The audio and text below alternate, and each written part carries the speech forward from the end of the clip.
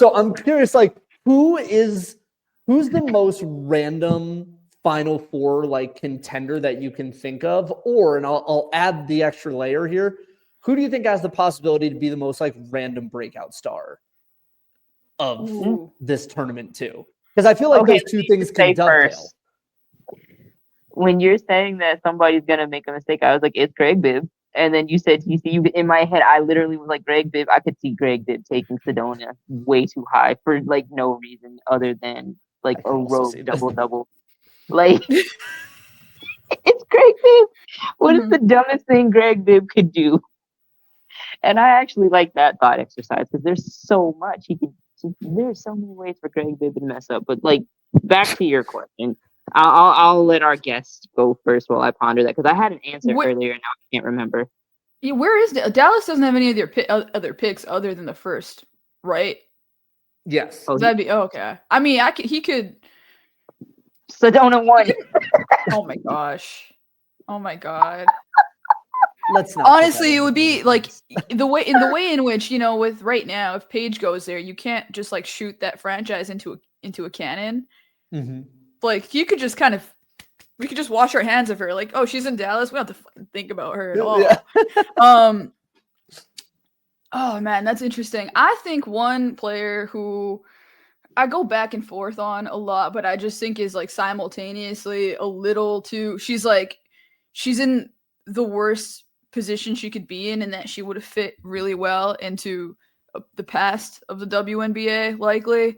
And she would probably fit really well into what the WNBA could be in 5 years. But right now she just like doesn't have like a enough of a foothold to me is Anissa Morrow. But I think Anissa Morrow was an excellent college basketball player who could have a really big tournament run. And some GM could be like, oh, well, rebounding always translates. We'll just take her. But then it turns out she's like a little too small, and yeah, she can set like great screens, but she's kind of like, she's like 5 years, like the WNBA is 5 years away from being modern enough to really know how to utilize her in the right way.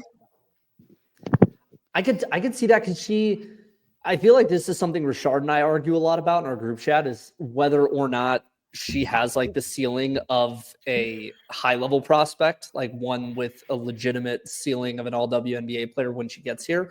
The one thing that turned me around on Morrow is she's as long as Nafisa Collier is. Yeah. And to me, there was like this idea of, all right, well, like that length defensively could translate. And we're seeing it with Angel right now, where like defense and rebounding is at least an entryway in, and then you can maybe get it figured out on the offensive side of the ball. But also LSU this year feels this is the LSU be like, Paper Tigers. Well, it's weird because like I did this with them in 2023 where I was like, whatever, we'll see them in March when they end up losing to somebody of note because they haven't played anybody this year and the best teams they lost to. And then what happened? Like there's such a you ruined the world. Yes, my pack ruined the world. Little domino. Literally, that was karmic retribution. Is like you changed women's basketball forever for the worse. Oh, there will one day be a legendarium on that game in the last 30 seconds. White man does it again. Like,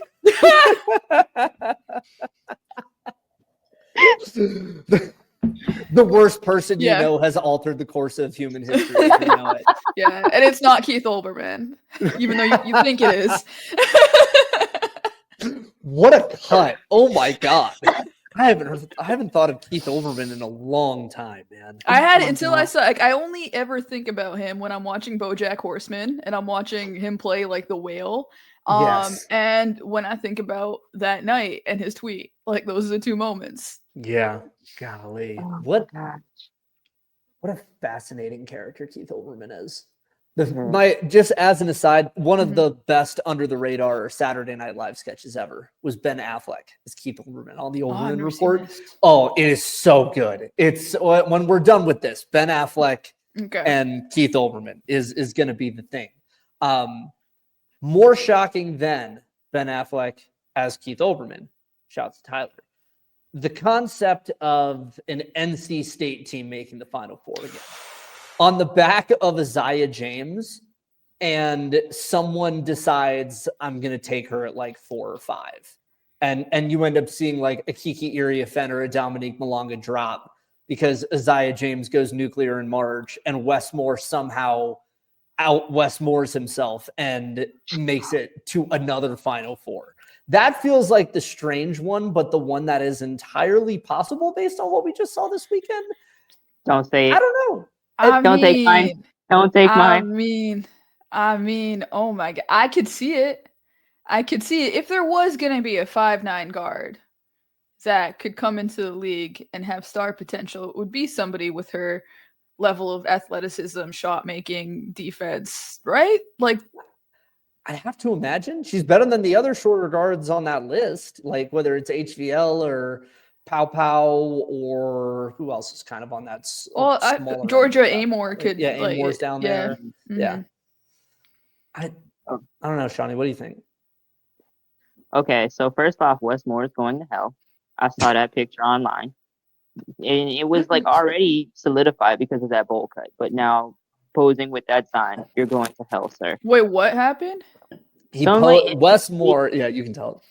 Yeah, like some NC State fan had an Angel Restuck sign, and it's just like, you can't say that, white baby. Why would you? Like, what are you doing? And Westmore is like posing with him, doing the little wolf pack thing, and I'm like, why are you posing with him? So he's going to hell. Just want to put that. Wait, was this at the Notre Dame game? Yes. So it was even. Are we sure about that? Why are we bringing up? Like, yeah, if it's an LSU game, I can get with it. That's what I'm saying. I don't understand where this even came from. But like, unless it's AI, and I need proof that it's AI, and somebody like, made that. That's my stance. He and his bowl cut are on the elevator down. But I think the most random team to make the Final Four, Iowa. Like, and it would be random because, like, what are y'all doing back? Who left the door open? How did you get back in here? Oh my God. Lucy Olsen, you are an Indiana Fever.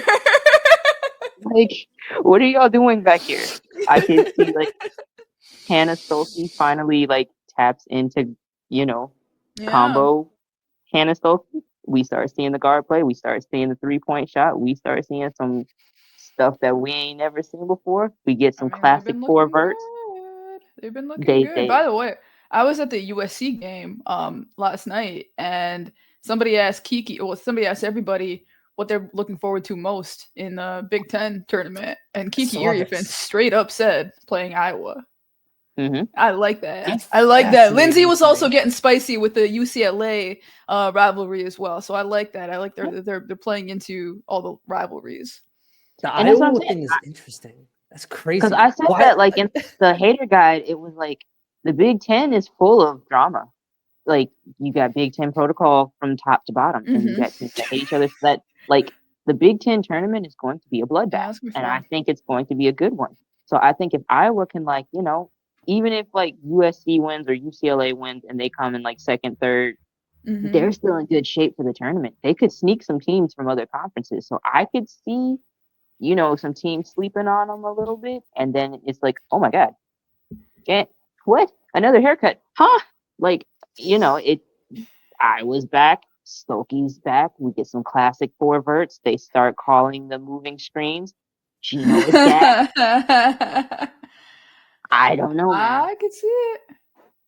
I could see it. It's like the meme of Mo throwing Barney out of the bar in The Simpsons, where it's like you throw Barney out and Mo's like doing this, and all of a sudden in the door, like Barney's just back there. Like that's Jan Jensen. Like Jan just set up at Amalie Arena at Tampa like 6 months ago and nobody noticed.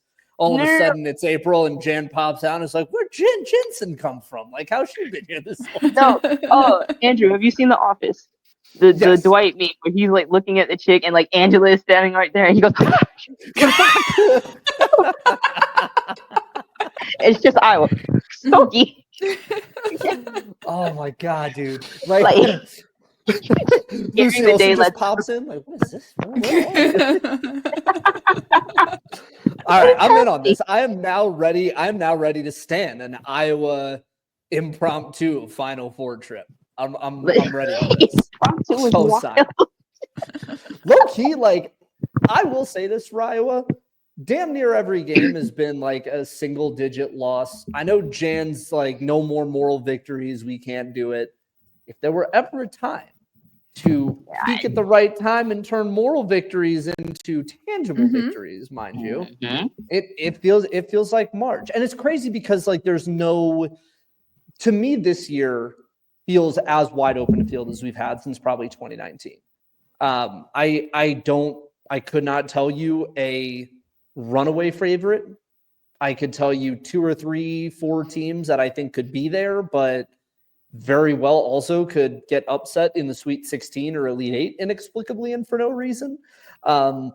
So I am extremely curious about who ends up with what matchup and how much that's going to affect the randomness. Because I don't necessarily know if we're going to get any mid-majors that make a deep run, like Richmond's up there, South Dakota State's up there as maybes to do that.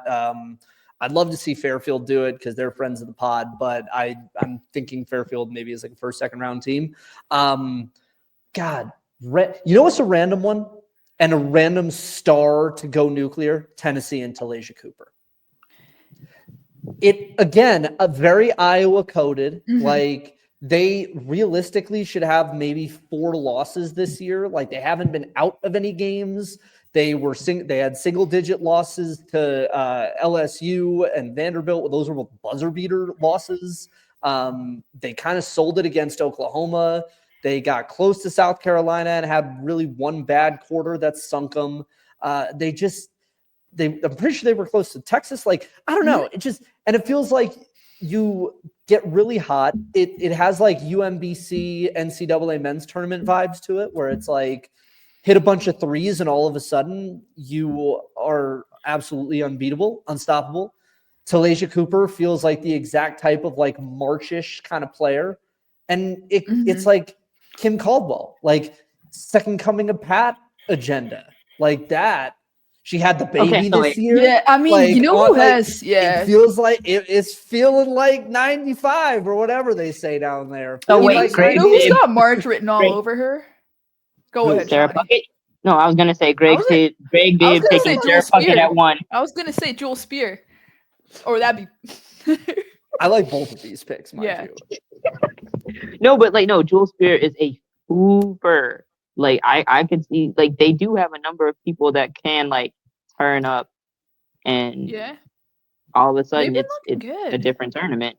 I mean, they've been looking really good. Even LSU too. I think it was like within 5 for one, and then like within 3 for the other. It took that game winner. I don't know, just like and to your point, Andrew, with their style, it's like you get hot, you hit a bunch of threes, you win the possession battle, you out rebound a team. If like if you get, I mean, let's say a Notre Dame, for example, a team that can struggle on the offensive glass at times, and Hannah Hidalgo's having an off shooting night.